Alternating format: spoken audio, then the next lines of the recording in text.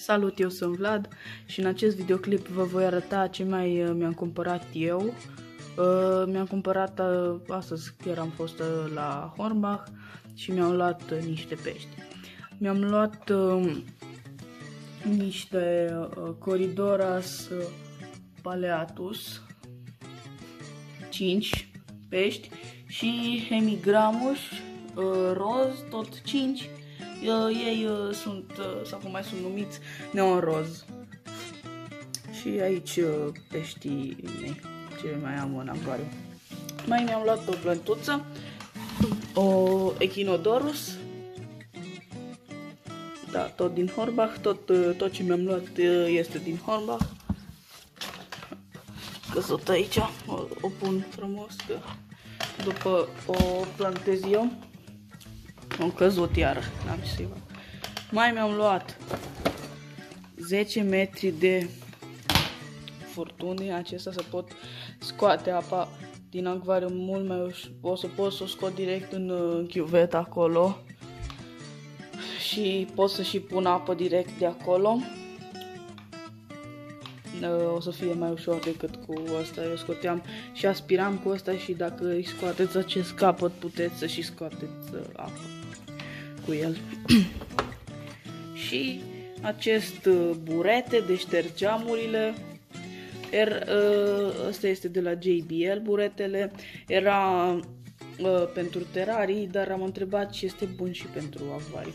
Că uitați, se vede că rămâne calcar. Am pus cu bliț aici că e destul de întuneric, că plouă pe afară. Uitați, vedeți calcarul. Și aici ce mai am eu, soluții și ceva neimportant. Și porcanul meu de căpșuni în care țin mâncare de pește.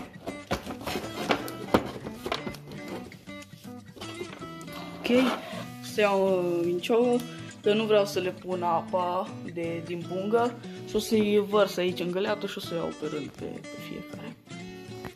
Eu am pus aici în găleată și acum urmează să rup punga ca să-i pot scoate.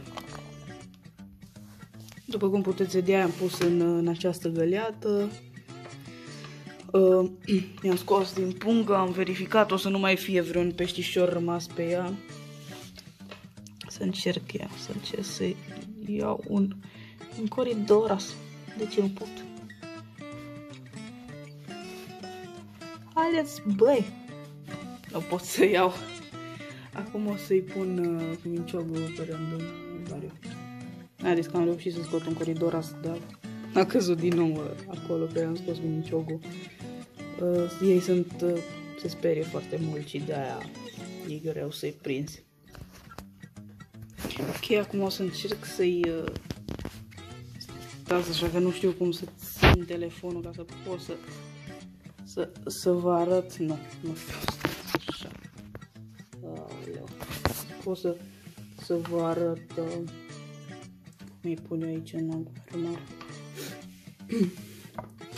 Să încerc să prind. Adică am prins un Hemigramus și un Hemigramus și un Corydoras. Vedeți că s-au și dus jos. Nu o să vă mai arăt cum îi pun, pentru că e greu să-i pun și să și țin camera și o să vă arăt direct când i-am pus pe toți. Uitați, Corydorasul. Deja se pune pe treabă, ăsta o să stea cam așa, cam o zi o să stea Hemigramusul așa, pentru că ei sunt mai sperioși și oricum și Corydorasul sunt destul de sperioși. O să stea un pic mai ciudat primele zile, dar o să și revină ei. Și am reușit într-un final să-i pun pe toți, foarte greu mi-a fost să prind, mi-a mai rămas un Hemigramus și fugea prin toată găleata și a fost greu să-l prind.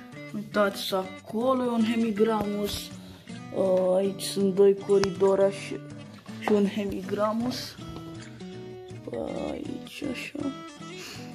Și acum o să o chem pe maică mea, că e expertă cu plantele, să îi pună și Echinodorusul.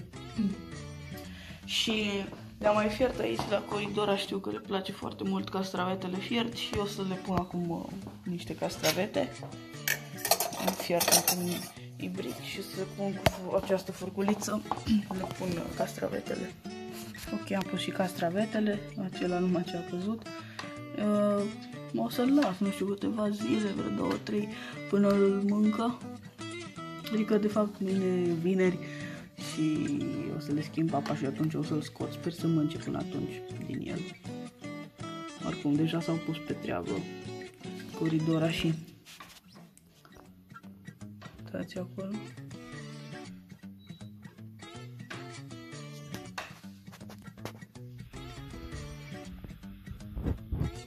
S-au mai băgat și pe sub pietre, pe acolo, uitați, un Hemigramus acolo și un Coridoras.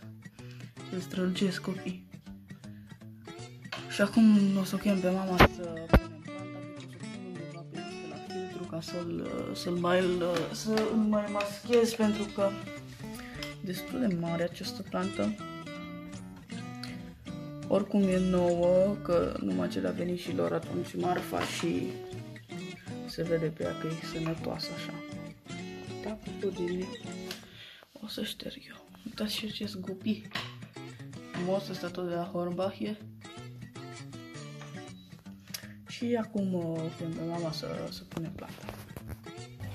Ok, am plantat, adică a plantat maică mea planta. Aici am despărțit-o, una am pus aici, una aici. A ieșit un pic de impurități, dar e normal, o să le filtreze din substrat mai iasă. Dați și Coridora și s-au pus la treabă. O să se filtreze, apa se face limpede și să fie totul ok. No. Și cam atât a fost acest episod. Nu uitați să dați un like, să vă abonați dacă n-ați făcut-o deja, un coment și noi ne vom vedea data viitoare. Pa, pa!